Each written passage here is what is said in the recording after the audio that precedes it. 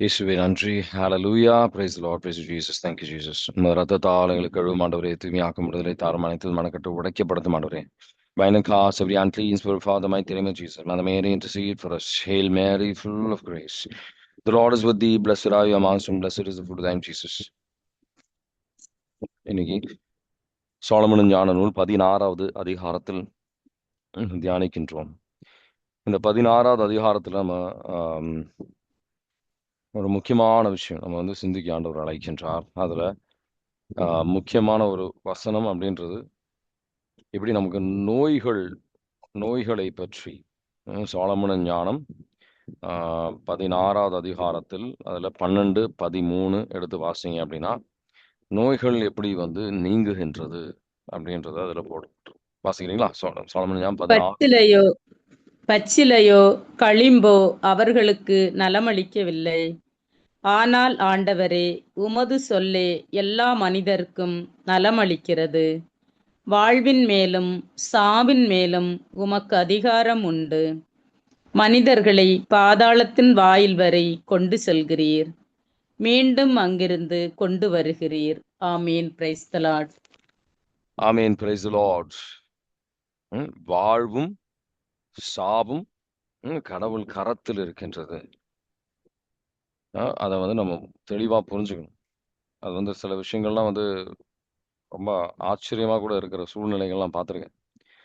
ஒரு நபர் அவர் வந்து நல்ல ஃபிட்னஸ் எல்லாம் பார்த்து நல்ல தெம்பா இருக்கிற ஒரு நபர். அவர் வந்து எக்ஸசைஸ்லாம் முடிச்சுட்டு டாக்டர் ஹாஸ்பிட்டல் போயிருக்கிறாரு. சும்மா ரெகுலர் செக்அப், அவ்வளோதான்.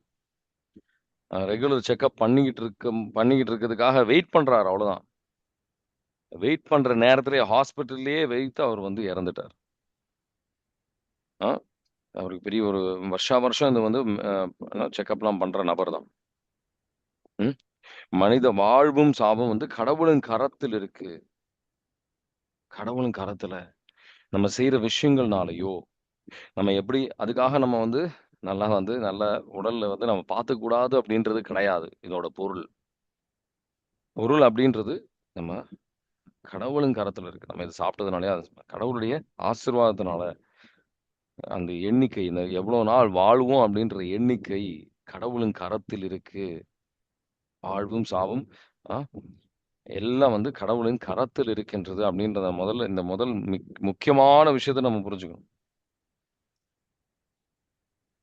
இந்த வந்து நம்ம பல பேருக்கு தெரியல. நம்ம சிந்திக்கணும். நான் இப்படி இருந்தா ரொம்ப நாள் வாழ்வேன், நீடிய வாழ்வு எனக்கு இருக்கும் அப்படின்னு நினைச்சுக்கிறேன்.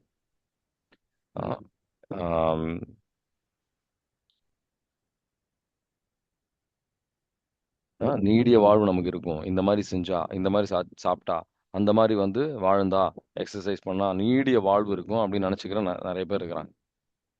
ஆனா அப்படி கிடையாது. அது ஒரு எல்லை. இந்த இந்த நபர்னா இவ்வளவு வாழ்வு அப்படின்னு சொல்லி எல்லாம் வந்து அவர் முடிவு எடுத்திருக்கின்றார். நம்ம நாட்கள் சங்கீர்த்தனம் 139 16வது வசனம் அவரு புத்தகத்தில் எழுதப்பட்டிருக்கின்றது. சங்கீர்த்தனம் 139 16 வாசிக்கிறீங்களா?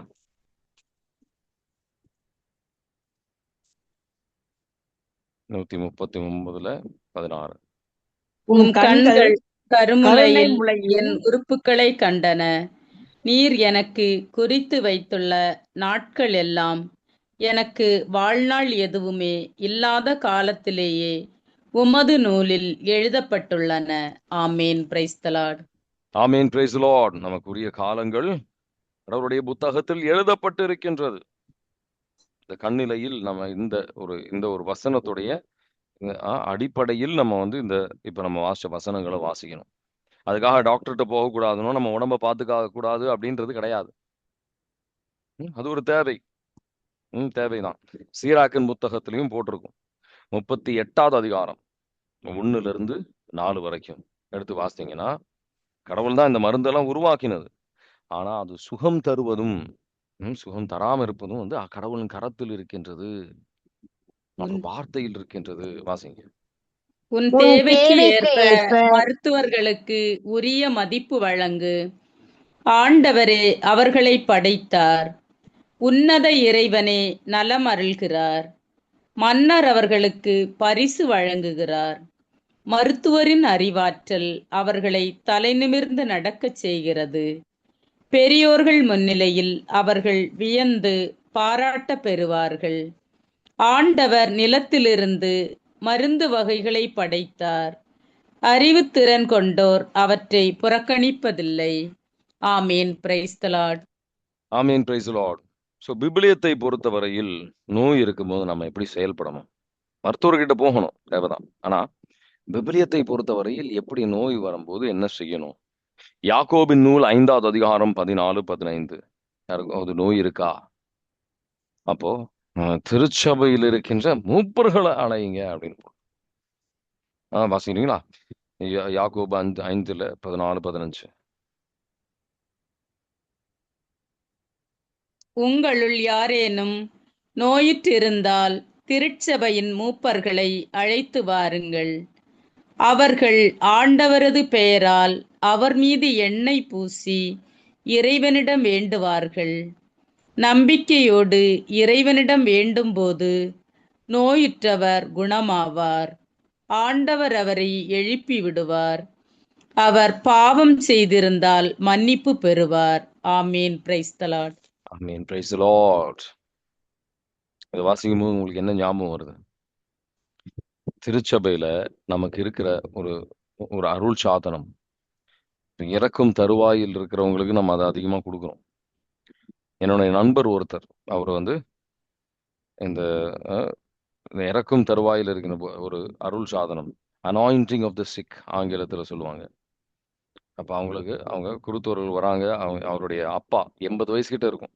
அவருக்கு இந்த அருள் சாதனத்தை கொடுக்கும்போது அந்த எண்ணெயை பூசி அதை ஜெபிக்கும் போது அவர் இப்பவும் நல்ல ஒரு அது உடல் நலத்துல இருக்கிறாரு.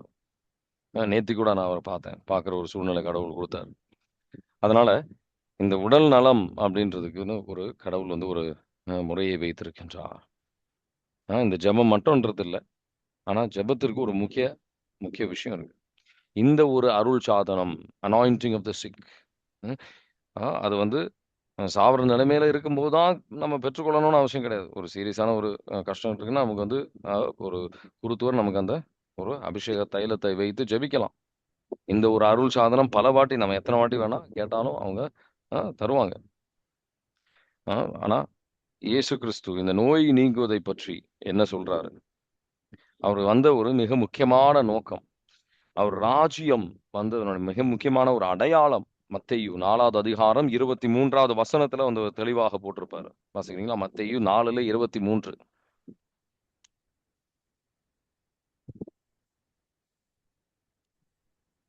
அவரு சில நோய்களை நீக்கினார்.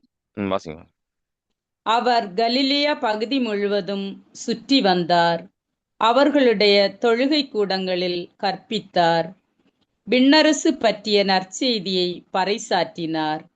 மக்களிடையே இருந்த நோய் நொடிகள் அனைத்தையும் குணமாக்கினார். ஆமீன். Praise the Lord. ஆமீன். Praise the Lord. எந்தெந்த நோய்கள் குணமாக்கினார்? இந்த நோயை குணமாக்கினார். அனைத்து எல்லா விதமான நோய்களையும் அவர் குணமாக்கினார். எல்லா விதமான நோய்களையும் அவர் குணமாக்கினார். சில பேர் இதெல்லாம் பார்த்துட்டு அவங்க சொல்லுவாங்க, பிணிகளை போக்கியிருப்பாரு, நோய்கள்லாம் அந்த அளவுக்குலாம் இல்லை. அப்படி இல்லை. மத்தேயு 8வது அதிகாரம் 16-17. எல்லா நோய்களும் மட்டும் இல்ல, எல்லா அசுத்த ஆவிகளும் வெளியேற்றி எல்லா நோய்களும் ஹீலிங், பேய்களை ஓட்டி எல்லாம் ஹீலிங், முழுமையான ஹீலிங்கும். அந்த பேய்களை ஓட்டுவது ஹீலிங்ன்றது வேற. வாசிக்கிறீங்களா? மத்தேயு 8:16-17. பேய் பிடித்த பலரை மாலை வேளையில் இயேசுவிடம் கொண்டு வந்தனர். அவர் ஒரு வார்த்தை சொல்ல அசுத்த ஆவிகள் ஓடி போயின. மேலும் எல்லா நோயாளர்களையும் அவர் குணமாக்கினார். இவ்வாறு அவர் நம் பிணிகளை தாங்கிக் கொண்டார், நம் துன்பங்களை சுமந்து கொண்டார் என்று இறைவாக்கினர் எசையா உரைத்தது நிறைவேறியது. ஆமீன். Praise the Lord. ஆமீன். Praise the Lord. பிணிகளை, நம்ம எல்லா நோய்களும் எல்லா பிணிகளையும் அவர் எடுக்கணும் அப்படின்னு அவர் விரும்புறார். சில நோய்களை சரி பண்றாரு, இந்த மாதிரி சரி அப்படின்றத கிடையாது. ஆனா அதுக்கு ஒரு நோக்கம் இருக்கு, ஒரு நோக்கம் இருக்கு. பல நேரத்துல நம்ம இந்த நோக்கத்திற்காக நம்ம வந்து ஜெபிப்பது நம்ம நோக்கம் சரியில்லை. கடவுள் அணுகி வரும்போது சுயநலமாக தான் பல விஷயங்கள் நம்ம கேட்கிறோம். அதுக்கு ஒரு நோக்கம் இருக்கு. எல்லாம் வந்து கடவுளுடைய அதிகாரத்திற்கு கீழ இருக்கு. வாழ்வும் சாவும் அவர் கையில இருக்கு. பல பேர் வந்து அ நோக்கம் சரியில்ல. யோவான் நற்செய்தி 9வது அதிகாரத்துல கேட்பாங்க. இந்த ஆளு குருடனா வந்து பிறந்தது இதனாலயா, அதனாலயா? நோக்கத்த நீ பார். அவரு மகிமைக்காக இது வந்து அவரு சுகம் பெறுவார் அப்படின்னு போட்டிருக்கும். யோவான் நற்செய்தி 9வது அதிகாரம் 1லிருந்து 3 வாசிக்கிறீங்களா?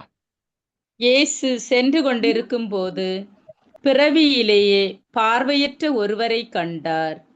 ரபி, இவர் பார்வையற்றவராய் பிறக்க காரணம், இவர் செய்த பாவமா, இவர் பெற்றோர் செய்த பாவமா என்று இயேசுவின் சீடர்கள் அவரிடம் கேட்டார்கள். அவர் மறுமொழியாக, இவர் செய்த பாவமும் அல்ல, இவர் பெற்றோர் செய்த பாவமும் அல்ல, கடவுளின் செயல் இவர் வழியாக வெளிப்படும் பொருட்டே இப்படி பிறந்தார். ஆமீன். Praise the Lord. Amen. Price the Lord. ம். அதனால அ இ கடவுளுடைய மகிமை வெளிப்படுத்தப்படணும். அவர் வல்லமை அங்க வெளிப்படுத்தப்படும். அவருக்கு மகிமை வரணும் அப்படின்றதுக்காக. சரிங்களா? இதோட எதனால இந்த விளைவு? நம்ம பாவங்கள் வழியாக, கீழ்ப்படியாமை வழியாக பல பாவங்கள். ஆனா பாவம் எதுக்காக, நம்ம நோய்கள் எதனால வருது அப்படின்னு சொல்லி பல ஒரு கிளாஸ் எடுத்திருக்கிறேன். அதுக்கு பல காரணங்கள் இருக்கு. அத பத்தி நான் வந்து ஆழத்துக்கு நான் போகல. மிக முக்கியமான விஷயம் நம்ம சிந்திக்க போறது அப்படின்றது என்ன அப்படின்னா, இந்த நோய்கள் வருது அப்படின்னு சொன்னா நம்ம என்ன செய்யணும்? அதான் நமக்கு நமக்கு நெறைய பேருக்கு தெரியணும் அப்படின்னு சொல்லி ஆசைப்பட போற விஷயம் இதுதான். நம்ம என்ன செய்யணும் அப்படின்றது. ம். நோய்களை நீக்குவதற்கு நம்ம ஜெபிக்கணும். நம்ம ஒரு மருத்துவர தேடி செல்லணும். அதான் வந்து முக்கியமான ஒரு விஷயம். சரிங்களா? நம்ம இந்த நோய் இருக்கின்றவர்களை நம்ம வந்து உதவி செய்யணும்னு கடவுள் விரும்புறாரு. மத்தேயு 25வது அதிகாரம் 36வது வசனத்திலிருந்து வாசிச்சீங்கன்னா இருக்கும் அதுல. ஆ நி மத்தேயு 25:36 வாசிக்கிறீங்களா? நான் ஆடையின்றி இருந்தேன், நீங்கள் எனக்கு ஆடை அணிவித்தீர்கள். நோயுற்றிருந்தேன், என்னை கவனித்துக் கொண்டீர்கள். சிறையில் இருந்தேன், என்னை தேடி வந்தீர்கள் என்பர். அதற்கு நேர்மையாளர்கள், ஆண்டவரே, எப்பொழுது உம்மை பசியுள்ளவராக கண்டு உணவளித்தோம், அல்லது தாகமுள்ளவராக கண்டு உமது தாகத்தை தணித்தோம்? எப்பொழுது உம்மை அந்நியராக கண்டு ஏற்றுக்கொண்டோம், அல்லது ஆடை இல்லாதவராக கண்டு ஆடை அணிவித்தோம்? எப்பொழுது நோயுற்றவராக அல்லது சிறையில் இருக்க கண்டு உம்மை தேடி வந்தோம் என்று கேட்பார்கள். அதற்கு அரசர், மிக சிறியோராகிய என் சகோதர சகோதரிகளுள் ஒருவருக்கு நீங்கள் செய்ததையெல்லாம் எனக்கே செய்தீர்கள் என உறுதியாக உங்களுக்குச் சொல்கிறேன் என பதிலளிப்பார். ஆமீன். Praise the Lord. Amen. Price the Lord. அவங்களுக்காக நம்ம வந்து ஒரு உதவி செய்ய வேண்டியது கடவுள் எதிர்பார்க்கிறாரு. ஆ சரிங்களா? ம். ஆனா மிக முக்கியமான விஷயம் அப்படின்றது, நம்ம ஜெபிச்சிருப்போம். பல காலங்களாக நம்ம வந்து சில விஷயங்களுக்காக ஜெபிச்சிருப்போம். ஆனா, அந்த ஜெபங்கள் வந்து நமக்கு ஒரு பதில், அதுல வந்து ஒரு நோய் நீங்கி இருக்காது. நீங்கி இருக்காது. அது எந்த வயசு அப்படின்றது இல்ல. நோய்கள் வந்து கடவுள் வந்து எல்லா நோய்களும் நம்ம முன்னாடி வாசிச்சோம். மத்தேயு 4வது அதிகாரம். எல்லா நோய்களுக்கும் நமக்கு இந்த வயசுல தான் நான் வந்து ஹீல் பண்ணுவேன். இந்த வயசுக்கு நான் ஹீலிங் குடுக்க மாட்டேன் அப்படின்றது இல்ல. எல்லா வயசுலயும் நம்ம வந்து நோய்களுக்கு கடவுள் வந்து சுகம் தரணும். நம்ம ஒரு மகிழ்ச்சியோட இருக்கணும் அப்படின்றத தான் வந்து கடவுள் விரும்புறாரு. சரிங்களா? எல்லா நோய்களும் விடுதலை குடுக்கணும் அப்படின்ட்டு. ஆனா, நம்ம பல நேரத்துல வந்து அ தாழ்ச்சியோட அவர் முன்னாடி நம்ம செல்வது கிடையாது. தாழ்ச்சியோட. இந்த கானானிய பெண்ணுன்றதுல பல பேர் வந்து அவரு இயேசு கிறிஸ்துவோட அவர் ஒரு அடித்தளம் அப்படின்றது. அந்த உயர்த்துதல் வருவது தாழ்ச்சியோடு இருக்கின்றவங்க உயர்த்தப்படுவார்கள். தாழ்ச்சியில பல பாவங்களுக்கு நம்ம செல்வது இந்த ஆணவத்தினால. அதனாலயே நமக்கு பல நோய்கள் வருவதற்கும் அது காரணம். சரிங்களா?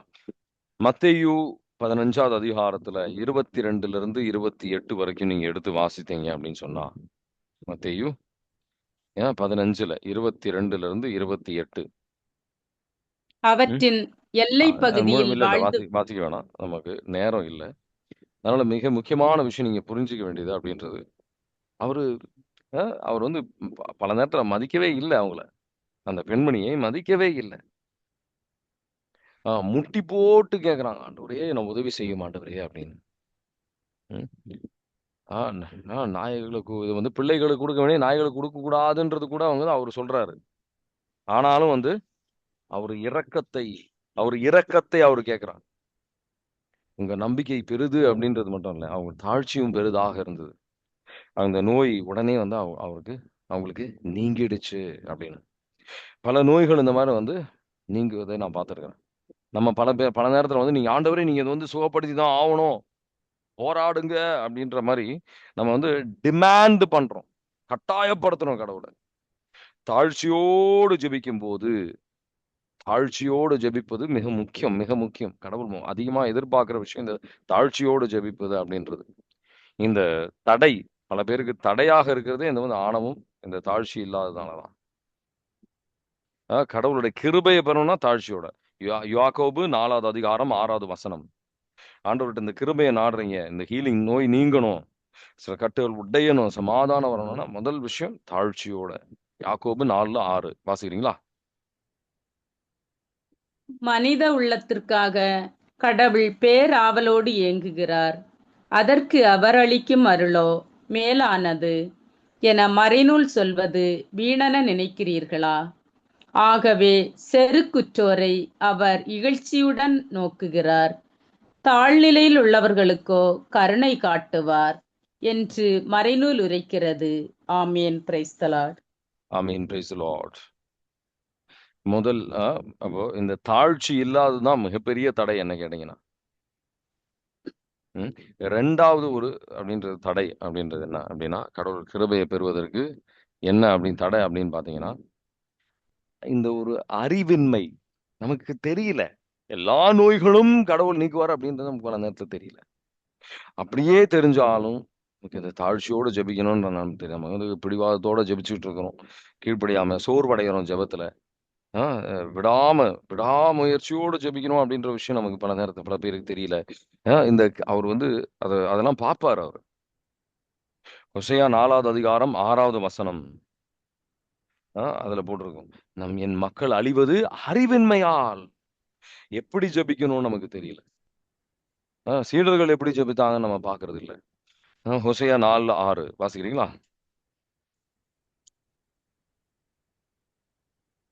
அறிவின்மையால் என் மக்கள் அழிகின்றார்கள். நீ அறிவை புறக்கணித்தாய், நானும் நீ எனக்கு குருவாயிராதபடி உன்னை புறக்கணிப்பேன். நீ உன் கடவுளின் திருச்சட்டத்தை மறந்து விட்டாய், நானும் உன் மக்களை மறந்து விடுவேன். ஆமேன். Praise the Lord. ஆமேன். Praise the Lord. இந்த மூன்றாவது ஒரு தடை அப்படின்றது நமக்கு நம்பிக்கை, நம்ம உணர்ச்சிகள், நம்ம சூழ்நிலைகள் தான் வந்து நம்ம நம்பிக்கை வச்சிருக்கிறோம். இந்த நோய் வந்துருச்சா, அதோட நான் செத்துட்டேன், இனி கடவுளால கூட ஒன்றும் பண்ண முடியாதுன்ற விதத்துல வந்து நம்ம வந்து ஒரு தவறான மனநிலைக்கு நம்ம சென்றுடும். மத்தேயு 13வது அதிகாரத்தில் 58வது வசனத்துல இயேசு கிறிஸ்து வந்து ஒரு வெறுமையா இருக்கிற ஒரு சூழ்நிலை. அதுதான் அவர் எங்க இருந்தாரோ அந்த இடத்துக்கே போய் நாசரத்து நகரத்துல தான் அவருக்கு வந்து அற்புதங்கள்லாம் பெருசா செய்ய முடியல. ஏன்னா யாரும் அவரை நம்பல. நம்பிக்கை இல்லாம கடவுள்கிட்ட இருந்து ஒன்றும் பெற முடியாது, வெறும் கையோட தான் நம்ம செல்லணும். மத்தேயு அது இயேசு கிறிஸ்துவாக இருந்தாலும் சரி வெறும் கையோட தான் செல்லணும்.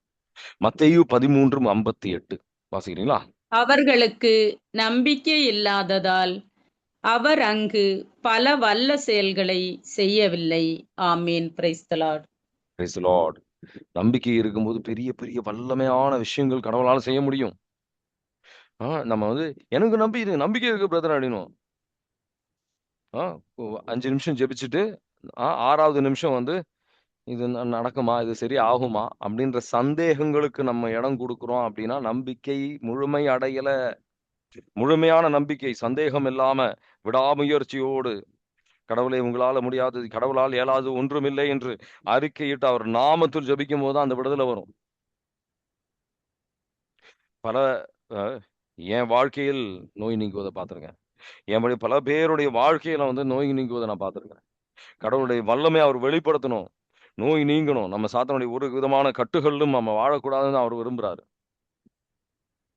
4வது தடை என்ன அப்படின்னு பாத்தீங்கன்னா, நம்ம பாவத்தை அறிக்கையிடுறதுக்கு நம்ம தயாரா இல்லை. பாவம் ஒரு தடையாக மிகப்பெரிய தடையாக இருக்கின்றது. யாக்கோபின் நூல் 5வது அதிகாரம் 16வது வசனம். உங்க பாவத்தை அறிக்கையிடுங்க. முதல் விஷயம் பாவத்தை அறிக்கையிடுங்க, அப்பதான் உங்களுக்கு சுகம் பெறுவீங்க. யாக்கோபு 5:16 வாசிங்க. ஆகவே ஒருவருக்கொருவர் பாவங்களை அறிக்கை செய்து கொள்ளுங்கள், ஒருவர் மற்றவருக்காக இறைவனிடம் வேண்டுங்கள், அப்பொழுது குணமடைவீர்கள். நேர்மையாளருடைய வல்லமை மிக்க மன்றாட்டு பயன் விளைவிக்கும். ஆமீன். Praise the Lord. ஆமீன். Praise the Lord. பாவத்திற்காக ஜெபிக்கணும். பாவத்தை விட்டு விடுறதுக்கு நம்ம வந்து ஆண்டவரே நான் பாவி அப்படின்னு சொல்றது கிடையாது. இது ஒரு பாவத்திற்காகவும் நம்ம மரம் வருந்தி உள்ளம் நொறுங்கி பாவத்திற்கு அழுவாய் செய்வதற்கு தயாராக நம்ம வந்து ஜெபிக்கணும். அப்பதான் விடுதலை நீங்க பெறுவீங்க. அப்பதான் கடவுளுடைய ஆசீர்வாதம் நீங்க பெறுவீங்க. அப்பதான் அந்த நோய் நீங்கும். பாவம் வந்து எந்த அளவுக்கு பெரிய தடையை கொண்டு வரும் நம்ம வாழ்க்கையில பல பேருக்கு தெரியல. நம்ம வாழ்க்கையை அந்த அளவுக்கு நம்ம சீர்தூக்கி பார்ப்பது கிடையாது. இதுக்கு மிக பெரிய ஒரு அற்புதமான விபிலியத்துல இது பல இடத்துல இருக்கு, ஒரு இடம் கிடையாது. ஆனா ஒரு இடத்த நேரம் இல்லாதனால ஒரு இடத்த எடுத்து நம்ம தியானிக்கிறோம். யோவான் நற்செய்தி 5வது அதிகாரத்துல 14வது வசனத்தை நீங்க எடுத்து வாசிங்கன்னா, பெத்செய்தா குளக்கரையில் ஒரு நோயோடு இருக்கிற வந்து ஒரு நபரை, யாருமே இல்ல அவரோட வந்து யாரும் அவருக்கு எந்த சூழ்நிலை எதனாலையும் தெரியல, ஆனா யாரும் இல்ல அவருக்கு. இயேசு கிறிஸ்து தேடி வந்து சுகம் தருகின்றார். ஆனா அவர் கொடுக்கிற ஒரு எச்சரிக்கையை நீங்க கவனிக்கணும். மிக முக்கியமாக நீங்க கவனிக்க வேண்டியிருக்கு. யோவான் நற்செய்தி 5:14 வாசிக்கிறீங்களா? ஏனெனில் ஆண்டவரின் தூதர் சில வேளைகளில் அக்குளத்தினுள் இறங்கி தண்ணீரை கலக்குவார். 5:14. பின்னர் இயேசு நலமடைந்தவரை கோவிலில் கண்டு, இதோ பாரும், நீர் நலமடைந்துள்ளீர், இதைவிட கேடானது எதுவும் உமக்கு நிகழாதிருக்க இனி பாவம் செய்யாதீர் என்றார். ஆமீன். Praise the Lord. ஆமீன். Praise the Lord. பாவம் செஞ்சா சில விளைவுகள் இருக்குன்னு தான் நான் சொன்னேன். ஆனா இயேசு கிறிஸ்து அதுல என்ன சொல்றாருன்னு கவனிங்க. இப்போ இது சரியாயிடுச்சு, இன்னும் பாவம் செஞ்சனா இந்த பிரச்சனை திருப்பி வரும்னு கூட சொல்லல. இதை விட மோசமான சூழ்நிலைக்கு நீ போயிடுவே அப்படின்றாரு. அவரால் நடக்கவே முடியல மனுஷனுக்கு. அந்த ஒரு சூழ்நிலையில இருக்கிற மனுஷனுக்கு இதை விட மோசமான சூழ்நிலை என்னவா இருக்க முடியும்? யோசிச்சு பாருங்க. இதை விட நீ மோசமான சூழ்நிலைக்கு போறதுக்கு வாய்ப்பு இருக்கு அப்படின்றது எச்சரிக்கை கொடுக்குறாரு. இது சாதாரண எச்சரிக்கை எல்லாம் கிடையாது. இயேசு கிறிஸ்துவ மிகவும் இரக்கமானவர் அப்படின்னு நம்ம நினைச்சுட்டு இருக்கிறோம். ஆனா இந்த பாவங்கள்னால விளைவு நம்ம தான் நம்ம வாழ்க்கை கொண்டு வந்துட்டு இருக்கிறோம். அவர் இரக்கம் இல்லாதவர்ன்றதுனால கிடையாது. இத தெளிவா நம்ம புரிஞ்சுக்கணும். தெளிவா நீங்க புரிஞ்சுக்கணும். ரொம்ப மிக முக்கியமானதெல்லாம் சாதாரண விஷயம் கிடையாது. இதை விட மோசமான விஷயங்கள் சில பேர் வந்து பாவத்தினால பிரச்சனைகளுக்கு சென்று அந்த பாவத்துக்கு திரும்ப சென்று அதை விட மோசமான சூழ்நிலைகளுக்கு நான் போய் பார்த்திருக்கிறேன். வாழ்க்கையில நேரடியா கண்ணோட பார்த்திருக்கிறேன். அது வந்து ரொம்ப ஒரு இக்கட்டான ஒரு சூழ்நிலை. அதனால வந்து நம்ம பாவத்தை அறிக்கையிட வேண்டிய ஒரு மிக முக்கியமான விஷயம். பாவத்தின் உணர்வு இல்லாம நம்ம வாழ்வது மிக வேதனைக்குரிய விஷயம். அதனாலதான் பல பேர் வந்து இன்னும் இன்னும் அதிகமான வேதனைகளுக்கு செல்கின்றோம். ஒரு நோய் நீங்கி இருக்கும், ஜெபிச்சிருப்பீங்க, ஒரு நோய் நீங்கி இருக்கும். ஆனா பார்த்தா இன்னும் பெரிய பிரச்சனைகள் தான் வாழ்க்கையில வரும். ஏன்னா முழுமையான ஒரு மனம் மாறுதல் வரல. 5வது தடை எதனால? இந்த நோய்கள் நீங்குவது கிடையாது. மிக முக்கியமான பல பேருக்கு 90% பேருக்கு இருக்கிற ஒரு தடை என்ன அப்படின்னு பார்த்தீங்கன்னா, அ உள் மனதில் ஒரு கசப்பான இதயம், வெறுப்பு, கோபம், மன்னிக்காததுனால வந்த ஒரு சூழ்நிலையில் பல தடைகள் நெறைய பேருக்கு. இதயம் கடினமாகி, கல்லாக மாறி, ஆண்டவரின் கிருபை இறங்க முடியாத மாரி நம்மளே வந்து தடைகள் நம்ம வச்சிருக்கிறோம். அத நம்ம வந்து விஷத்த குடிச்சு இன்னொரு ஆள் சாவணும்னு எதிர்பார்க்கிறது போல். மார்க்கு நற்செய்தி 11:25 ஜெபிக்கும்போது இயேசு கிறிஸ்து கடவுள் எதிர்பார்க்கிற முதல் விஷயம் இதுதான். மன்னிங்க அப்படின்னு. வாசிக்கிறீங்களா? மார்க்கு நற்செய்தி 11:25. நீங்கள் வேண்டுதல் செய்ய நிற்கும்போது யார் மேலாவது நீங்கள் மனத்தாங்கல் கொண்டிருந்தால் மன்னித்து விடுங்கள். அப்போது உங்கள் விண்ணகத் தந்தையும் உங்கள் குற்றங்களை மன்னிப்பார் என்று கூறினார். ஆமீன். Praise the Lord. Price the Lord.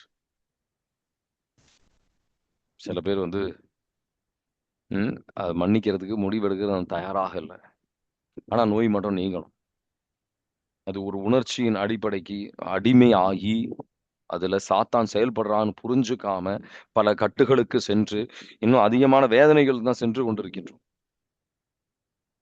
முடிவெடுங்க. நான் இன்னைக்கு அ அ கடவுளுடைய வார்த்தைக்கு செவிசாய்க்க போறேன். முதல் விஷயமா நான் மன்னிக்க போறேன். யாரெல்லாம் மன்னிக்கணும் நீங்க விரும்புறீங்களோ, புத்தகத்துல முதல்ல எழுதுங்க. இயேசுவின் நாமத்தில் நான் மன்னிக்கின்றேன். பெண்களுக்கு பொதுவா இது வந்து யார் மன்னிக்கணும்னு தெளிவா தெரியும். அவங்களுக்கு ஏன்னா, அவங்க தனியா இருக்கும்போது அவங்க யாரெல்லாம் மன்னிக்கணுமோ, அவங்க அந்த செஞ்ச விஷயங்கள்லாம் மனசுக்கு ஞாபகம் வரும். ஆனா ஆண்கள் அப்படி இல்ல. நமக்கு வந்து நம்ம அத சிந்திக்க வேணாம் அப்படின்னு தான் யோசிப்போம். ஆனா அந்த கோவம் இன்னும் உள்ளத்தில் இருக்கும். அந்த நபரோட நம்ம வந்து அந்த நபர பார்க்கும்போது, அந்த நபருடைய அவங்க செய்ற விஷயங்கள்லாம் பார்க்கும்போது நமக்கு கோவம் வரும். அந்த கோவம் இன்னும் இருக்கா அப்படின்னு நீங்க சிந்தித்து பார்க்கணும். அப்பதான் வந்து உங்களுக்கு புரியும். எந்த விதத்தில் யார் யார் மேலலாம் உங்களுக்கு கோவம் இருக்கு. அந்த நபர பத்தி சிந்திக்கும்போது, நமக்கு அந்த கோவம் வரும் ஆண்களுக்கு பொதுவா சொல்றேன். அத நீங்க மன்னிக்கணும். இயேசுவின் நாமத்தில் என்னால மன்னிக்க முடியல அப்படின்ற சூழ்நிலைகள் இருக்கலாம். நான் இல்லன்னு சொல்ல மாட்டேன். இயேசுவின் நாமத்தில் நான் மன்னிக்கின்றேன் அப்படின்னு அறிக்கையிட, இயேசுவின் நாமத்தில் எல்லா முட்டும் மடங்கும். அந்த மன்னிக்க முடியாத மன்னிக்கையின்மை அந்த உள்ளத்தில் இருக்கு அப்படின்னா, அந்த ஆவி விட்டு விலகும். கட்டுகள் உடையும். இயேசுவின் நாமத்தில் நான் மன்னிக்கின்றேன். இயேசு கிறிஸ்து என்னை மன்னித்ததைப் போல், அவர் கிருபையால் நான் மன்னிக்கின்றேன் அப்படின்னு வந்து அறிக்கையிட இந்த மன்னிக்கின்ற கிருபை அவர் உங்களுக்கு தருவார். கண்ணீர் வரும். இந்த கிருபை அவருக்கு தருவார். 6வது தடை நம்ம வாழ்க்கையில் இருக்கிறது என்ன அப்படின்னு சொன்னா, பலவிதமான ம் பலவிதமான ஒரு என்ன சொல்லணும்னா, இந்த ஜாதகம் பார்க்கிறது. நேத்திக்கு ஒரு நபருக்காக ஜெபிக்கும்போது, ஆண்டவர் வெளிப்படுத்துறாரு. நீங்க வந்து சிலை வழிபாடு உங்க குடும்பத்துல நீங்களோ யாராவது செஞ்சிருக்கிறீங்களா? அப்படின்னு கேட்கும்போது, இல்ல அப்படின்னாங்க. அ அப்போ அவங்களுடைய கணவர்கிட்ட அத கேட்கும்போது, ஆமா. எனக்கு இந்த இந்த மற்ற கடவுள்ட இந்த பிரசாதம், அந்த மாரி விஷயங்கள்லாம் சாப்பிடுற எனக்கு பழக்கம் இருக்கு. அதனால என்ன நடக்குது? அவங்களுக்கு அந்த கடவுளோட ஒரு உறவு வருகின்றது. அதனால கடவுளுடைய கிருபை வருவதற்கு அது தடையாக இருக்கு. சாத்தானின் செயல்பாடுக்கு அங்க வந்து நம்ம தான் வந்து வழி வைத்திருக்கிறோம். கடவுளோட கிருபைய நம்மளால பெற முடியாது. அது ஒரு தடை. பல பேருக்கு இது வந்து 1வது கட்டளை உடைக்கின்றது வழியாக பல தடைகள் கடவுள் கிருபையை பெறுவதற்கு. அந்த தடைகள்லாம் நீங்கிறதுக்கு நம்ம ஜெபிக்கணும். இயேசுவின் நாமத்தில் அந்த அ அந்த கட்டுகள்லாம் உடைக்கப்படணும் ஆண்டவரே! அப்படின்னு சொல்லி, அந்த உணவினால வந்த உடன்படிக்கைகள்லாம் உடைக்கப்படணும் ஆண்டவரே! அப்படின்னு சொல்லி ஜெபிக்கணும். அத விட்டு விடணும். செய்யற எல்லா விதமான தவறுகளுக்கும் கடவுள்கிட்ட மன்னிப்பு கேட்டு பாவ சங்கீதனம் செய்து நம்ம வந்து விட்டுவிட முயற்சி செய்யணும். அப்ப ஆண்டவருடைய கிருபை அந்த சூழ்நிலை வழியாக நமக்கு இறங்கும். நோய்கள் நீங்கும். எந்த விதமான நோய்களாக இருந்தாலும் சரி. இன்னும் ஒரு விஷயம் நான் ஆக்சுவலா ஆங்கிலத்துல இருந்த பைபிள் ஸ்டடியில் நான் சொல்லல. இன்னொரு விஷயம் என்னன்னா, பல பேருக்கு நான் ஜெபிக்கும் போது அவங்க இயேசு கிறிஸ்துவை ஒரே கடவுளாக ஏற்றுக்கொள்ளல. ஒரே கடவுளாக ஏற்றுக்கொள்ளவில்லை. எல்லா கடவுளையும் அவர் ஒரு கடவுள் அப்படின்ற ஒரு தவறான சிந்தனை இருக்கு. இயேசு கிறிஸ்து தான் ஒரே கடவுள், ஒரே மீட்பர் அப்படின்ற ஒரு சிந்தனைக்கு ஒரு ஏற்றுக்கொள்ளணும். என்னுடைய அவர் மீட்பர், அவரின் ஹீலிங், நோய் நீங்குவது அப்படின்றது ஒரு ஃபார்முலா கிடையாது. இதெல்லாம் செஞ்சா அதெல்லாம் சரியாயிடும் அப்படின்றது இல்ல. சரிங்களா? அவருக்கு முழுமையாக நம்ம அவரை வந்து ஏற்றுக்கொள்ளணும். அவர் நம்ம கடவுளாக ஏற்றுக்கொள்ளணும். அவர் மட்டும்தான் என்னுடைய மீட்பர் அப்படின்ற ஒரு எண்ணத்துக்கு வரணும். சில பேர் அதெல்லாம் வராம ஜெபிப்பாங்க. பிரதர், சில பேர் நீங்க நீங்க நினைப்பீங்க, பிரதர் நான் வந்து சில பேர் நான் வந்து மன்னிக்காமே வந்து எனக்கு ஆண்டவர் வந்து நோயெல்லாம் சில நோய்கள்லாம் நீங்கி இருக்கு. அது கடவுளுடைய இரக்கத்தினால. அதனால சின்ன வயசுல சில இரக்கத்தை காட்டி இருக்கிறாருன்றதுனால இப்பவும் அதே இரக்கத்தை அவர் காட்டுவாருன்னு எதிர்பார்க்காது. நம்ம இந்த சில சில விஷயங்கள் வந்து கடவுள் வந்து வளர வளர இன்னும் அதிகமான எதிர்பார்ப்புகள் நம்ம கிட்ட இருக்கும் அவருக்கு. திருத்தூதர் பணிகள் 4வது அதிகாரம் 12வது வசனம். மீட்பு இயேசு கிறிஸ்துவின் நாமத்தில் மட்டும்தான் இருக்கு அப்படின்ற வசனம் நம்ம சிந்தனைக்கு நம்ம வரணும். வாசிக்கிறீங்களா? திருத்தூதர் பணி 4:12. இவராலே அன்றி வேறு எவராலும் மீட்பு இல்லை. ஏனென்றால் நாம் மீட்பு பெறுமாறு வானத்தின் கீழ் மனிதரிடையே இவரது பெயரன்றி வேறு எந்த பெயரும் கொடுக்கப்படவில்லை. ஆமீன். Praise the Lord.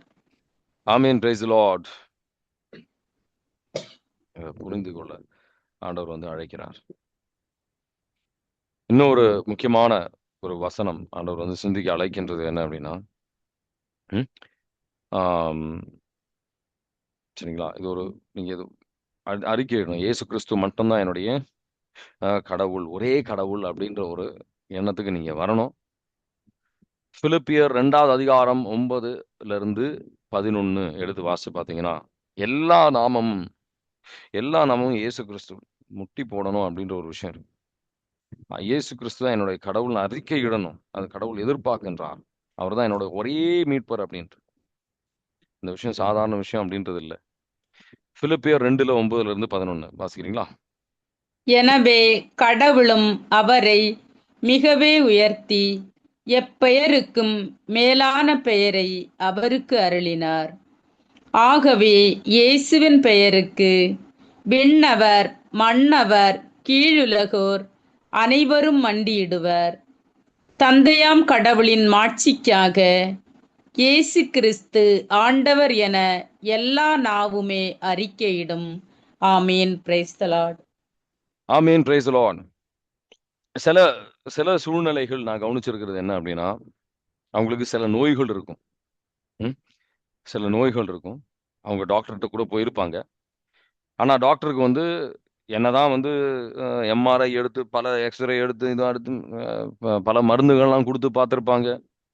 ஆனால் அந்த நோய் நீங்கவே நீங்காது.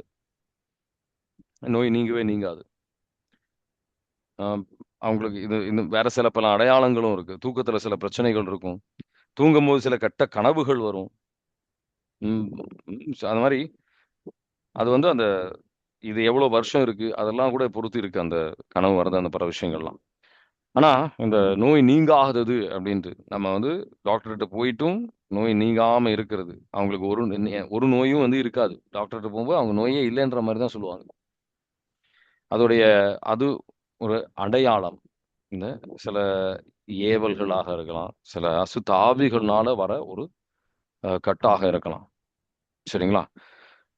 ஸோ அதனால அதிலிருந்து விடுபடுவதற்கு நம்ம ஜெபிக்கணும். அது வேற விதமான ஜெபங்கள் இருக்கு. சரிங்களா? ஸோ நோய்கள் வருவதற்கு வேற பல வழிகள் இருக்கு, பல காரணங்கள் இருக்கு. அதுக்கு நம்ம தடைகள், அது வந்து அது நீங்காததுக்கு பல தடைகள் இருக்கு. அதெல்லாம் வந்து நம்ம எல்லாம் எல்லா விதமாக நம்ம ஜெபிக்கணும். சாதாரணமாக நோய்கள் அப்படின்னு சொல்லி நம்ம வருது அப்படின்னா, அதை வந்து நம்ம எல்லாம் இந்த காலகட்டத்தில் எப்படி சிந்திக்கணும் அப்படின்னா, உடனடியாக நம்ம வந்து டாக்டர் போனால் டக்கு எல்லாம் சரியாயிடும். அது மட்டும் இல்லை, ஆண்டவருடைய உதவியை நாடணும். நம்ம புரிஞ்சுக்கணும். சரிங்களா? ஸோ நம்ம என்ன இது வந்து நம்ம இந்த தடைகள் எல்லாம் நீங்குவதற்கு என்ன செய்யணும்? முதல்ல இந்த அறிவின்மையிலிருந்து வெளியில வரணும். அறிவின்மையிலிருந்து வெளியில வரணும். ஆண்டவருடைய வார்த்தையின்படி வாழ ஆரம்பிக்கணும். பாவத்தை விட்டு விடணும். பாவத்தை விட்டு ஆண்டவருக்கு ஏற்றபடியான வாழ்க்கையை வாழணும். மனம் மாறுதல், முழுமையான ஒரு மனம் மாறுதலுக்கு வரணும். மன்னிக்கை வேண்டும், மன்னிக்கணும்.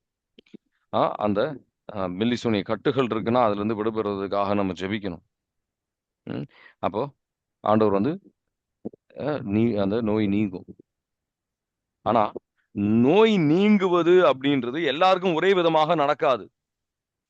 நீங்க புரிஞ்சுக்கணும். நோய் நீங்குவது எல்லாருக்கும் ஒரே விதமாக நடக்காது. மார்க்கு நற்செய்தியில பாத்தீங்கன்னா, ஒரு நபருக்கு நோய் எப்படி நீங்கிச்சு அப்படின்னு பாத்தீங்கன்னா, உடனடியே நீங்கின மாதிரி இருக்கும். உடனடியா நீங்கிடும். சில பேர் நான் ஜெபிச்சிருக்கும் போது உடனடியா நோய் நீங்கிடும். டக்குன்னு சரியாயிடும். மார்க்கு நற்செய்தி 5வது அதிகாரத்துல அந்த பெண்மணிக்கு 21 இருந்து 43 வரைக்கும் எனக்கு வாசிக்க நேரம் இல்லை. அவங்க வந்து இயேசு கிறிஸ்து, இந்த எல்லாரும் வாசிச்சிருப்பீங்க, இயேசு கிறிஸ்துடைய இந்த ஒரு தொங்கல் ஆடையை தொடும்போதே வந்து அவர்களுக்கு நோய் நீங்கிடும். தொட்டவன டப் அப்படின்னு சரியாயிடும். பல பேருக்கு அந்த மாதிரி வந்து கண் திறக்கப்படட்டும் அப்படின்னு சொன்னாலும் டக்குன்னு நோய் நீங்கிடும். அந்த மாதிரி நான் நோய் நீங்கி பார்த்துருக்கிறேன். சில பேருக்கு அசுத்த ஆவிகள்ல இருந்து விடுதலைக்குன்னு சொல்லும் போது, அது முக்கியமா இந்த கட்டுகள் அசுத்த ஆவியினால் வந்தது அப்படின்னு சொன்னா உடனடியா நோய் நீங்கிடும். அந்த பிணிகள் நீங்கணும் அப்படின்னு சொல்லி ஜெபிக்கும் போது உடனடியா நோய் நீங்கிடும். ஆனா சில நோய்கள் நீங்குவது எப்படி அப்படின்னா, லூக்கா நற்செய்தி 17வது அதிகாரம் 14வது வசனத்தை எடுத்து பார்த்தீங்கன்னா, 10 தொழுநோயாளிகள் உடனடியா அவரால் நோய் நீக்க முடியாதா? முடியும். சில நோய்கள் அவர் வந்து மெதுவா தான் நீக்குவார். நம்ம நம்பிக்கை, அவர் சில சோதனைகள் அனுமதிப்பாரு. நம்ம நம்பிக்கை ஆளப்படுவதற்காக சில விஷயங்கள் அனுமதிப்பாரு. நம்ம பொறுமையாக இருக்கணும். நமக்கு இந்த பொறுமை இல்லை. நோய்னா உடனே ஆண்டவர்கிட்ட போனா அவர் உடனே சரி பண்ணிடணும். அந்த மனநிலையில் நம்ம இருக்கக்கூடாது. அவர் நேரத்திற்காக நம்ம காத்து நிக்கணும். லூக்கா நற்செய்தி 17:14 வாசிக்கிறீங்களா? அவர் அவர்களை பார்த்து, நீங்கள் போய் உங்களை குருக்களிடம் காண்பீங்கள் என்றார். அவ்வாறே அவர்கள் புறப்பட்டு போகும்போது அவர்கள் நோய் நீங்கிற்று. ஆமேன். Praise the Lord. அது காட்டும் போது, நம்பிக்கையில் சில செயல்கள் செய்யும் போது, சில நேரம் நம்ம ஜெபிப்போம், சரியாவாது. ஆனா நம்ம ஒரு வழிநடத்தல் கொடுப்போம், இந்த தியான இல்லத்திற்கு போகங்க. அது வந்து ஆண்டவர் வந்து நம்ம நம்பிக்கையில் ஆளப்படுவதற்காக சில இடத்துக்கு கொண்டு செல்வார். அந்த இடத்துக்கு நம்ம போய் ஜெபிக்கும் போது விடுதலைகள் வரும். அந்த இடத்துக்கு போனான்றதா மட்டும் இல்ல, சில நேரத்துல நீங்க வந்து அங்க ஜெபத்துல ஆளப்பட்டிருப்பீங்க. ஆண்டவர் இன்னும் நெருங்கி வந்திருப்பீங்க. அதுக்காக கடவுள் வந்து சில இடத்துக்கு கொண்டு செல்வார். இப்படிதான் நோய் நீங்கணும் அப்படின்றது கிடையாது. சில நேரத்துல மருத்துவர்கள் வழியாகவும் அவர் நோய் நீக்குவார். 2 அரசர்கள் 20வது அதிகாரம் 7வது வசனம், இந்த நீ மருந்து சாப்பிடு, உனக்கு நோய் நீங்கும். 2 அரசர்கள் 20:7 வாசிக்கிறீங்களா?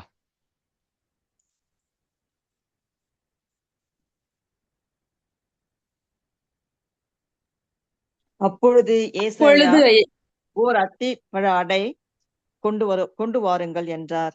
அவர்களும் அவ்வாறு கொண்டு வந்து அவர் குணமடையும்படி அதை கட்டியின் மேல் வைத்தனர்.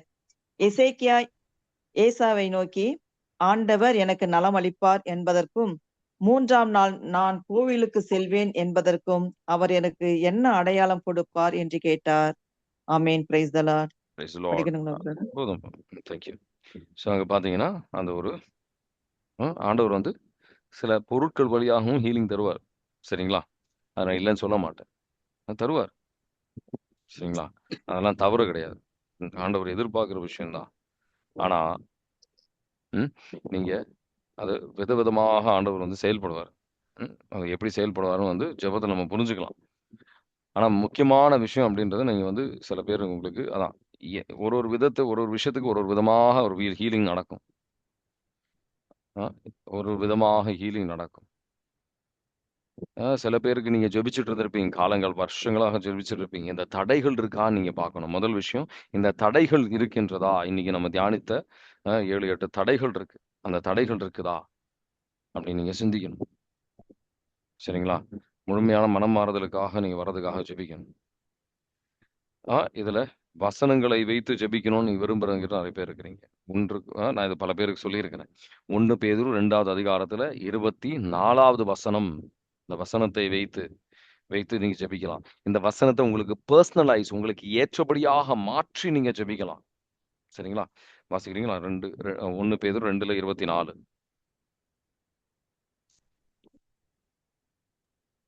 சிலுவையின் மீது தம் உடலில் நம் பாவங்களை அவரே சுமந்தார். நாம் பாவங்களுக்கு இறந்து நீதிக்காக வாழ்வதற்கே இவ்வாறு செய்தார். அவர் தம் காயங்களால் நீங்கள் குணமடைந்துள்ளீர்கள். ஆமேன். Praise the Lord. ஆமீன். Praise the Lord. ஒரு ஒரு சாட்சி, ஒரு சின்ன ஒரு பல பேருக்கு வந்து ஜெபிக்கும் போது ஆண்டவர் வந்து இன்ஸ்டன்டேனியஸா வந்து ஹீலிங் கொடுத்துருக்கிறாரு. இன்ஸ்டன்டேனியஸா வந்து உடனடியான ஹீலிங், நோய் நீங்கி இருக்கிறத நான் பார்த்துருக்கேன். அது வந்து சில பேருக்கு வந்து கொஞ்ச நாளுக்கு அப்புறம் வந்து சில நோய்கள் நீங்கும். சரிங்களா? இப்போ ஒரு எதற்காக சில பேருக்கு வந்து சீக்கிரம், சில பேருக்கு இல்லை அப்படின்னு சொன்னேன். சில பேருக்கு அந்த நம்பிக்கையில் ஆளப்படுவதற்காக. யோவான் நற்செய்தி 9வது அதிகாரத்துல ஒரு நபருக்கு எப்படி வந்து நோய் நீங்குது அப்படின்னு பாருங்க. யோவான் நற்செய்தி 9வது அதிகாரத்துல 6வது வசனம், 7வது வசனம் வாசிக்கிறீங்களா? 6, 7. இவ்வாறு கூறிய பின் அவர் தரையில் உமிழ்ந்து உமிழ்நீரால் சேறு உண்டாக்கி அச்சேற்றை பார்வையற்றவருடைய கண்களில் பூசி, நீர் சீலோவாம் குளத்துக்கு போய் கண்களை கழுவும் என்றார். சிலோவாம் என்பதற்கு அனுப்பப்பட்டவர் என்பது பொருள். அவரும் போய் கழுவி பார்வை பெற்று திரும்பி வந்தார். ஆமீன். Praise the Lord. ஆமீன். Praise the Lord.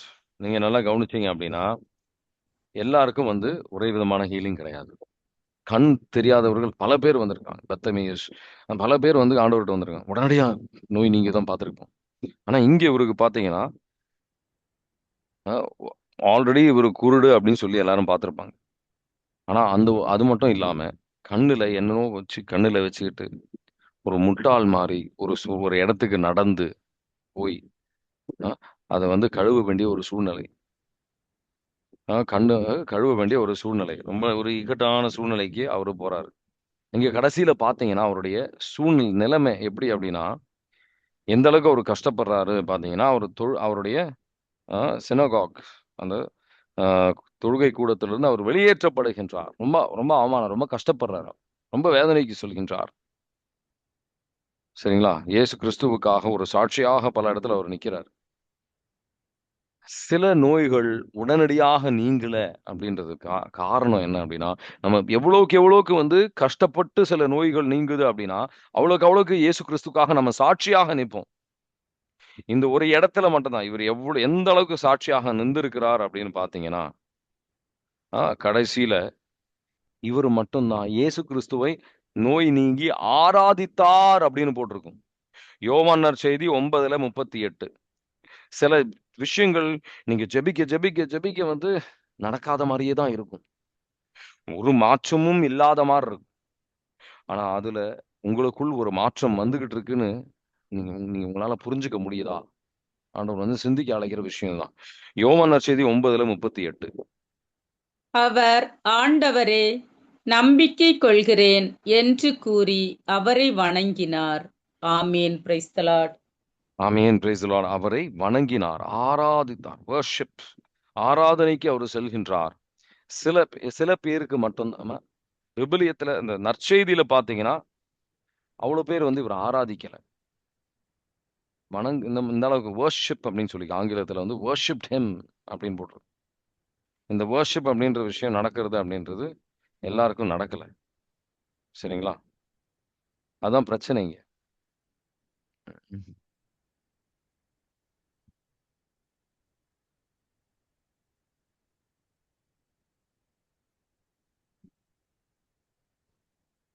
அதான் பிரச்சனைங்க.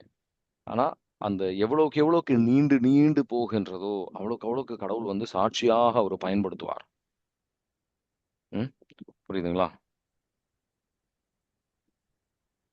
ஸோ நீங்க வந்து மனம் தளராமல் விடாம நம்ம ஜெபிக்க வேண்டியது மிக முக்கியமான ஒரு விஷயம். இன்னும் எனக்குள்ள என்ன மாற்றம் வர வேண்டியிருக்கு ஆண்டவரே அப்படின்னு கேட்க வேண்டியது நம்ம மிக முக்கியமான. பல இடத்துல விபிலியத்துல மனம் தளராமல் ஜெபிப்பதை பற்றி இயேசு கிறிஸ்து சொல்லியிருக்கிறார். சரிங்களா? தயக்கம், சந்தேகங்களுக்கு இடம் கொடுக்காமல் நம்ம ஜெபிக்க வேண்டியது நம்மளுடைய அவருடைய எதிர்பார்ப்பு. சரிங்களா? நோய் நீங்குவதற்கு மனம் தளராமல் நம்ம ஜெபிக்கணும், விடாம நம்ம ஜெபிக்கணும். சரிங்களா? ஆனா சீடர்கள் எப்படி ஜெபித்தார்கள்? திருத்தூதர் பணிகள் 3வது அதிகாரம். திருத்தூதர் பணிகள் 3வது அதிகாரத்துல ஒருத்தர் வந்து பிறப்பிலிருந்து, எப்படி இந்த யோவான் நற்செய்தி 9ல பிறப்பிலிருந்து இவர் வந்து கண்ணு தெரியலையோ, அதே மாதிரி திருத்தூதர் பணிகள் 3வது அதிகாரத்துல பிறப்பிலிருந்து இவருக்கு வந்து நடக்க முடியல. அவர் எப்படி ஜெபிக்கிறார்? 6வது வசனத்தை எடுத்து வாசிங்க. இயேசுவின் நாமத்தில் அவர் ஜெபிக்கிறார். வாசிங்க. பேதுரு அவரிடம், வெள்ளியும் பொன்னும் என்னிடம் இல்லை, என்னிடம் உள்ளதை உமக்கு கொடுக்கிறேன். நாசரேத்து இயேசு கிறிஸ்துவின் பெயரால் எழுந்து நடந்திடும் என்று கூறி அவரது வலக்கையை பிடித்து தூக்கிவிட்டார். உடனே அவரது காலடிகளும் கணுக்கால்களும் வலுவடைந்தன. ஆமேன். Praise the Lord. ஆமேன். Praise the Lord. இயேசுவின் நாமத்தில் எப்படி ஜெபிக்கணும் அப்படின்னு கேட்டீங்கன்னா, இயேசுவின் நாமத்தில் இது அவர் ஜெபிக்க சொல்றார். நம்ம எல்லாரும் ஜெபிக்கணும். இயேசுவின் நாமத்தில் நோய் விட்டு போகட்டும் அப்படின்னு சொன்னீங்கன்னா அது போகும். சுகம் அடையணும் அப்படின்னு சொன்னீங்கன்னா அது நடக்கும். அந்த நம்பிக்கையோடு நம்ம ஜெபிக்கணும். எப்படி ஜெபிக்கணும் அப்படின்னு கேட்டீங்கன்னா, சரிங்களா, எப்படி எந்த விதத்தில் ஜெபிக்கணும்? ஆனா அதுக்கு ஒரு ஜெபிக்கிறதுக்கு நீங்க இந்த விதத்தில் நீங்க ஜெபிக்கலாம். நம்ம சில பேர் மாதாமா பரிந்துரை கேட்போம், நல்ல விஷயம். ஆனா உங்களுக்கு இன்னும் இன்னும் இன்னும் இது இன்னும் ஜெபத்துல ஆழப்படணும் அப்படின்னு விரும்புறீங்க அப்படின்னா, இந்த பேதுருவால இந்த மாதிரி ஜெபிக்கும் போது, இயேசு கிறிஸ்து இப்படி ஜெபிக்கும் போது எப்படி இந்த மாதிரி நடந்தது, உங்களுக்கு மட்டும் இல்ல மத்தவங்களுக்கு ஜெபிக்கணும் நீங்க விரும்பலாம். இது எப்படி ஜெபிக்கணும்? இந்த மாதிரி ஜெபித்தால் மட்டும் பத்தாது. நான் சொன்ன மாதிரி முன்னாடி ஒரு தூய்மைக்கு நம்ம வரணும். தூய்மைக்கு வந்ததுக்கு அப்புறம் நம்ம செய்ய வேண்டிய ஒரு விஷயம் ஒண்ணு இருக்கு. சீடர்களுக்கு இயேசு கிறிஸ்து கொடுத்த ஒரு வழி நடத்துதல் ஒண்ணு இருக்கு. திருத்தூதர் பணிகள் 1வது அதிகாரத்துல 8வது வசனம், ஆவியானவர் வரும்போது நீங்க வல்லமையை பெறுவீர்கள் அப்படின்னு போட்டிருக்கும். வாசிக்கிறீங்களா? திருத்தூதர் பணிகள் 1:8. ஆனால் தூய ஆவி உங்களிடம் வரும்போது நீங்கள் கடவுளது வல்லமையை பெற்று எருசலேமிலும் யூதேயா சமாரியா முழுவதிலும் உலகின் கடை எல்லை வரைக்கும் எனக்கு சாட்சிகளாய் இருப்பீர்கள் என்றார். ஆமேன். Praise the Lord. ஆமேன். Praise the Lord. இந்த வல்லமை தான் முக்கியம். சரிங்களா? நீங்க உங்களையே எவ்வளவுக்கு வெறுமை ஆக்குகின்றீர்களோ, ஆண்டவரே வல்லமையால் ஆவியானவரும் வல்லமையும் நாளை நிரப்பும் ஆண்டவரே அப்படின்னு சொல்லிட்டு நீங்க இந்த மாதிரி ஜெபிச்சீங்கன்னா உங்களுக்கு அந்த நோய்கள் நீங்கிறதுக்கு இன்னும் சீக்கிரமா நோய்கள் நீங்கும். நீங்க மற்றவர்களுக்காக ஜெபிக்கணும். இந்த வல்லமையை பெற்று நீங்க ஜெபிச்சீங்கன்னா நோய்கள் நீங்கும். சரியா? இதுக்கு ஒரு எடுத்துக்காட்டு நீங்க பார்க்கணும் அப்படின்னா, லூக்கா நற்செய்தி 8வது அதிகாரத்தில் 46வது வசனம். இயேசு கிறிஸ்து சொல்ற ஒரு ரொம்ப இன்ட்ரெஸ்டிங்கான ஒரு சூழ்நிலை ஒண்ணு இருக்கும். என்ன சொல்றாருன்னா, எனக்குள்ளிருந்து ஒரு வல்லமை வெளியேறிச்சு அப்படின்னு சொல்லுவார். அவருடைய உள்ள இருந்து ஒரு வல்லமை போறதை வந்து அவரால் உணர முடிகின்றது. லூக்கா நற்செய்தி 8:46 வாசிக்கிறீங்களா? அதற்கு இயேசு, யாரோ ஒருவர் என்னை தொட்டார், என்னிடமிருந்து வல்லமை வெளியேறியதை உணர்ந்தேன் என்றார். ஆமீன். Praise the Lord. ஆமீன். Praise the Lord. இப்ப அந்த பெண்மணி வந்து நோய் நீங்கினதை பத்தி நமக்கு கொஞ்ச நேரத்துக்கு முன்னாடி தியானிச்சோம். அவங்களுக்கு எப்படி நீங்கிச்சு? இந்த வல்லமையினால். இந்த வல்லமையை நம்ம வந்து நம்ம தூய்மைக்கு வரணும். வல்லமையை பெறுவதற்காக ஜெபிங்க. ஆவியானவரும் வல்லமை. அதனால வந்து ஆவியானோட முக்கியத்துவத்தை புரிஞ்சுக்கணும். நம்ம ஆவியானவரும் வல்லமையும் பெற்று நம்ம வந்து ஜெபிக்கும் போது விடுதலைகள் வரும், நோய்கள் நீங்கும். இயேசுவின் நாமத்தில் ஜெபிக்கும் போது இந்த நோய்கள் நீங்கும். சில பேருக்கெல்லாம் வந்து ஜெபிக்கும் போது அவங்களால அப்படியே ஒரு கரண்ட் ஷாக் அடிக்கிற மாதிரி அவங்க சரீரத்துல அவங்க உணர்றதை நான் பார்த்திருக்கிறேன். அவங்க சொல்லியிருக்கிறாங்க, வல்லமை அவங்க சரீரத்தில் இறங்குவதை வந்து அவங்களே சொல்லியிருக்கிறாங்க. அதுக்கப்புறம் அவங்களுக்கு ஹீலிங் வர்றதை வந்து அவங்க சொல்லியிருக்கிறாங்க. அப்படியே கரண்ட் அடிச்ச மாதிரி இருக்கு பிரதர், அப்படின்னு ஷாக் அடிச்ச மாதிரி இருக்கு அப்படின்னு சொல்லுவாங்க. அதான் வல்லமை, கடவுளுடைய வல்லமை, ஆவியானவரின் வல்லமை. அதை பெறணும். பெற்று நம்ம ஜெபிக்கும் போது இதெல்லாம் நீங்கும். சரிங்களா? ஸோ இன்னைக்கு ப்ரிப்பரேஷன் இதை வச்சு நான் வந்து உங்களுக்கு சொல்லி கொடுத்துருக்குறேன். ஆனா அதான் தாழ்ச்சி தான் மிக முக்கியம். முதல் விஷயம். அந்த நம்ம ஜெபிக்கும் போது ஆண்டவர் வந்து அவர் நோய் நீக்குவார். அவருக்கு ஏற்றபடியாக பிள்ளையாக எல்லா விஷயத்திலும் இந்த விஷயம்தான் அந்த விஷயம்தான், இந்த சின்னது அது பெருசு அப்படின்னு இல்லை, முழுமையாக அவர் கட்டளைகளை நம்ம கடைபிடிக்கின்றவர்களாக மாறி நம்ம ஜெபிக்கும் போது, வல்லமையை பெற்று ஜெபிக்கும் போது இந்த விடுதலைகள்லாம் வரும்.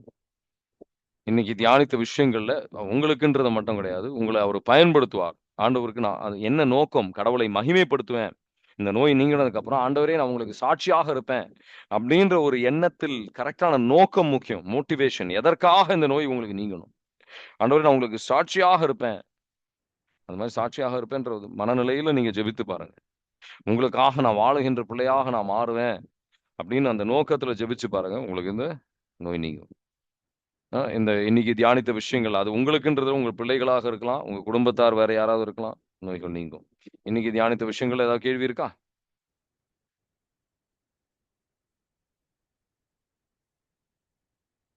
Price Lord brother. Praise Lord. இந்த மத்தேயு 25வது அதிகாரத்துல இந்த 36 40 வரலாம் அந்த வசனத்துல வந்து கேக்குதுங்களா பிரதர்? கொஞ்சம் பிரேக் ஆகுது, பரவாயில்ல சொல்லுங்க.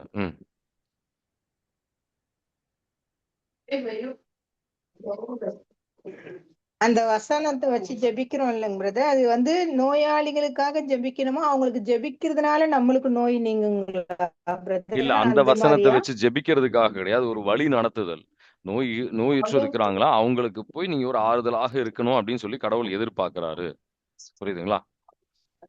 நீங்க ஜெபிக்க வேண்டிய வசனம் அப்படின்றது நம்ம இன்னைக்கு தியானிச்ச 1 பேதுரு 2:24, திருத்துவ பணிகள் 3ல இருக்கிற நம்ம வாசிச்சோம்ல, இயேசுவின் நாமத்தில் நடக்கிறத நோய் நீங்கட்டும் அப்படின்னு சொல்லும் போது, நோய் நீங்கிறதுக்கு அவர் வல்லமையை பெற்று நம்ம ஜெபிக்கும் போது நோய்கள் நீங்கும். சரிங்களா? வேற ஏதாவது கேள்விகள் இருக்கா? அதுக்கப்புறமா இந்த மன்னிக்கிறதுக்கு சொன்னீங்க இல்லைங்க பிரதர், இப்ப நம்ம வந்து ஒருத்தவங்களை மன்னிச்சிடுறோம், அவங்க இப்போ மன்னிப்பை ஏத்துக்கிட்டு நம்மளோட தேவைகள்லாம் முடிஞ்சிட்ட பிறகு திரும்ப அந்த பழைய குருடி கதவை திரடின்னு ஆரம்பிச்சாங்க, அப்போ எப்படிங்க பிரதர் அவங்களை மன்னிக்கிறது? எப்படி முன்னாடி மன்னிச்சீங்களோ அதே மாதிரி திரும்ப மன்னிக்கணும். நம்மளும் நம்மளே அதே தவற பண்ணிட்டு இருக்கிறோம். பாவ செய்தல புதுசா ஏதாவது பாவம் சொல்றீங்களா? நீங்களும் அதே பாவம் செஞ்சீங்கன்னா அதே தான் சொல்லிட்டு இருக்கீங்கல்ல, கரெக்டா? சொன்ன பாவத்தை இல்லாம வேற எதனா பாவம் பண்ணணும்னா அதை சொல்றோம். அதான், அப்ப இன்னும் அதிகம் தான் ஆகுதே ஒழிய நீங்க பண்ண பாவத்தை பண்ணாம இருக்கிறது இல்ல, கரெக்டா?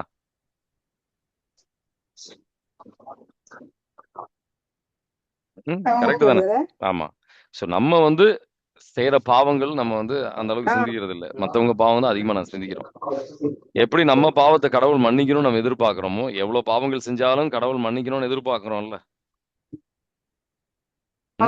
அதே மாதிரி மற்றவங்களையும் நம்ம மன்னிக்கணும். சரிங்களா? ஓகேங்க பிரதர், தேங்க்யூ பிரதர். தேங்க்யூ. வேற ஏதாவது கேள்விகள் இருக்கா? பிரதர், அவர் இயேசு ஏன் அப்படி சொல்றாரு, பிள்ளைகளுக்கு போடுறத வந்து நாய்க்குட்டிகளுக்கு போடக்கூடாதுன்னு ஏன் ஹாஷா அந்த இடத்துல பேசுறாரு? அது ஹாஷ் அப்படின்னு சொல்றது அது ஒரு ரியாலிட்டி அப்படின்னு சொல்லலாம். சரிங்களா? நாய்கள் அப்படின்னு குறிக்கிற விஷயம் என்ன அப்படின்னா, அவங்க உலக தரமாக வாழ்ந்து கொண்டிருக்கின்றவர்கள். அவங்க வந்து இயேசு என்ன சொன்னா, விண்ணக தந்தை கிட்ட அவங்க வந்து இந்த இஸ்ரேல் மக்களாக இன்னும் மாறல, கடவுளுடைய பிள்ளைகளாக இன்னும் மாறல. சரிங்களா? அதோடைய ஒரு குறிக்கிற ஒரு விஷயம். அது வந்து மல்லுநர்கள் வேற விதமாக சொல்லுவாங்க. எப்படின்னா அது வந்து நாய்க்குட்டியை குறிக்கிற விஷயம் அப்படின்னு சொல்லுவாங்க. ஆனா முக்கியமா அதுக்கு வேற சில அர்த்தங்களும் இருக்கு. என்னன்னா அவங்க வந்து உலகத்தரமாக மட்டும்தான் வாழ்ந்திருக்கிறீங்க. அதனாலதான் இந்த இந்த பிரச்சனைகளுக்கு, இந்த வேதனைகள், பாவத்தினாலதான் இந்த வேதனைகளுக்கெல்லாம் நீங்க சென்றிருக்கிறீங்க அப்படின்ட்டு அவர் கடவுள் வெளிப்படுத்துறாரு. அது ஒரு வெளிப்படுத்துதல் தான். ஆனா அதே நேரத்துல அது வந்து அவங்களையும் அவங்க நம்பிக்கையை சோதிக்கின்ற ஒரு விஷயமாகவும் இருக்கின்றது. ஒருத்தருக்கு இப்போ வந்து கடவுள் வந்து இந்த கழுத்து வலியிலிருந்து ஒரு விடுதலை தர மாதிரி கடவுள் சொல்றாரு. Price Lord. ஸோ அதனால அது புரிஞ்சுக்க சொல்றாரு. அது வந்து சில சில கேள்விகள், சில சூழ்நிலைகள் நம்ம வாழ்க்கையில் நம்ம கடவுள் சோதிப்பாரு. ஆனாலும் நீ நம்ப போறியா அப்படின்ட்டு. சரிங்களா? அந்த சோதனையை மீறி நம்ம வந்து செயல்படணும். Okay brother. ம். பிரதர், இந்த சிலைகளுக்கு படைக்கிறத உண்ணதுனால அவங்க அந்த சிலையோட உறவு வரும் அப்படின்னு சொன்னீங்களா பிரதர்? ஆமா. ஆனா அந்த நம்பிக்கை இல்லாம தான் உண்ணக்கூடாதுன்னு தானே பவுல் அந்த மாதிரி சொல்லியிருப்பாரு. சரி, அதனால 1 கொரிந்தியர் 10 எடுத்து வாசி பாருங்க. என்ன போட்டிருக்கு? அதுல 19, 20, 19ல இருந்து 22 வரைக்கும் வாசிங்க.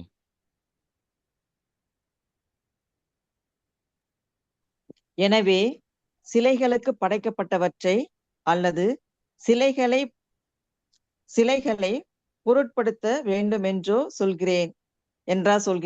மாறாக சிலைகளுக்கு பலியிடப்பட்டவை கடவுளுக்கு அல்ல, பேய்களுக்கே பலியிட்டவையாகும். நீங்கள் பேய்களோடு உறவு கொள்வதை நான் விரும்பவில்லை. நீங்கள் ஆண்டவருடைய கிண்ணத்திலும் பேய்களுடைய கிண்ணத்திலும் பருக முடியாது. நீங்கள் ஆண்டவரின் பந்தியிலும் பேய்களின் பந்தியிலும் பங்கு கொள்ள முடியாது. நாம் ஆண்டவருக்கு எரிச்சல் ஊட்டலாமா? நாம் அவரை விட வலிமை மிக்கவர்களா? எல்லாவற்றையும் செய்ய உரிமை உண்டு, ஆனால் எல்லாம் நன்மை தரக்கூடியவை அல்ல. எல்லாவற்றையும் செய்ய உரிமை உண்டு, ஆனால் எல்லாம் வளர்ச்சி தரக்கூடியவை அல்ல. ஆமென். புரியுதுங்களா? Price the Lord. இப்போ இன்னொரு இடத்துல வந்து சில விஷயங்கள்லாம் சொல்லி அது வந்து அந்த கான்டெக்ஸ்ட், அந்த ஒரு சூழ்நிலைகளுக்காக. ஆனா முக்கியமா வந்து இந்த சிலைகளுக்கு படைக்கப்பட்டவை சாப்பிடும்போது அதுக்கு ஒரு சில விளைவுகள் இருக்கு. சரிங்களா? அதை புரிஞ்சுக்கோங்க. நம்ம இது சாப்பிடாம இருக்க முடியும். கரெக்டா இல்லையா? என்ன நினைக்கிறீங்க? கரெக்ட் தான் பிரதர். இது வந்து இத்தனைக்கும் வந்து என்னுடைய க்ளோஸ் நண்பர். அவர் எனக்கு வந்து ஒரு 18 வயசுல இருந்து எனக்கு அவரை தெரியும். சரிங்களா? ரொம்ப நெருங்கின நண்பர். அவருக்கு வீட்டுக்கு போய் தான் வந்து ஜெபிச்சுட்டு நான் வரேன். சரிங்களா? ஒரு காலைல ஒரு ஆஃப்டர்நூன் ஒரு ஒரு 1 மணிலேருந்து 10 மணி வரைக்கும் அவர் கூட தான் இருந்தேன் நேத்திக்கு. நீங்க புரிஞ்சுக்க வேண்டிய என்ன அப்படின்னா, அவங்களுக்கு வீட்டில் அவருக்கு, மனைவிக்கு, பிள்ளைகளுக்கு எல்லாருக்கும் ஜெபிச்சுட்டு தான் வந்தேன். நீங்க புரிஞ்சுக்க வேண்டிய விஷயம் என்னன்னா, அவருக்கு ஆன்மீக பயணம்லாம் அவருக்கு என்னை பத்தி ரொம்ப தெளிவாவே தெரியும். ம். எவ்வளவு மோசமா இருந்தா எந்த அளவுக்கு கடவுள் மாற்றம் கொடுத்திருக்கிறாருன்னு கடவுள் அவருக்கு நல்ல தெளிவாக தெரியும். ஆனா அது நம்ம எவ்வளவுதான் நம்ம அவரால வந்து சில நேரத்துல ஜெபிக்கவே முடியல. அந்த அளவுக்கு கடவுளோட நெருக்கமே இல்ல. அந்த அளவுக்கு வந்து கடவுளை விட்டு விலகி செல்லக்கூடிய ஒரு விஷயம் அது. இந்த உணவு அப்படின்றது. உணவு வழியா நம்ம வந்து சில தவறுகள் நம்ம வந்து எளிதாக செஞ்சிரும். இது ஃப்ரெண்ட்ஸ் தான் தந்தாங்க அப்படின்னு சொல்லி அவர் சொல்லிட்டு இருந்தார். ஃப்ரெண்ட்ஸ் தந்தாங்க அப்படின்றதுனால அது அது சிலைகளுக்கு படைக்கப்படவில்லை அப்படின்றது மாறாது. படைக்கப்பட்டது அப்படின்றது விஷயம் மாறாது. சரிங்களா? சரி, ஓகே. எனக்கு டைம் ஆயிடுச்சு. இயேசுவே நன்றி. ஹல்லேலூயா. Praise the Lord. உம்முடைய இரத்தத்தால் எங்களை கழுவும் ஆண்டவரே, தூய்மையாக்கும் விடுதலை தாரும். அனைத்து விதமான கட்டுகள் உடைக்கப்படும் ஆண்டவரே. பிணிகள், நோயின் பிணிகள் நீங்கட்டும் ஆண்டவரே. By the cast of every spirit of infirmity, Father, in the mighty name of Jesus, we pray. Amen. God bless you. Have a nice day. Thank you.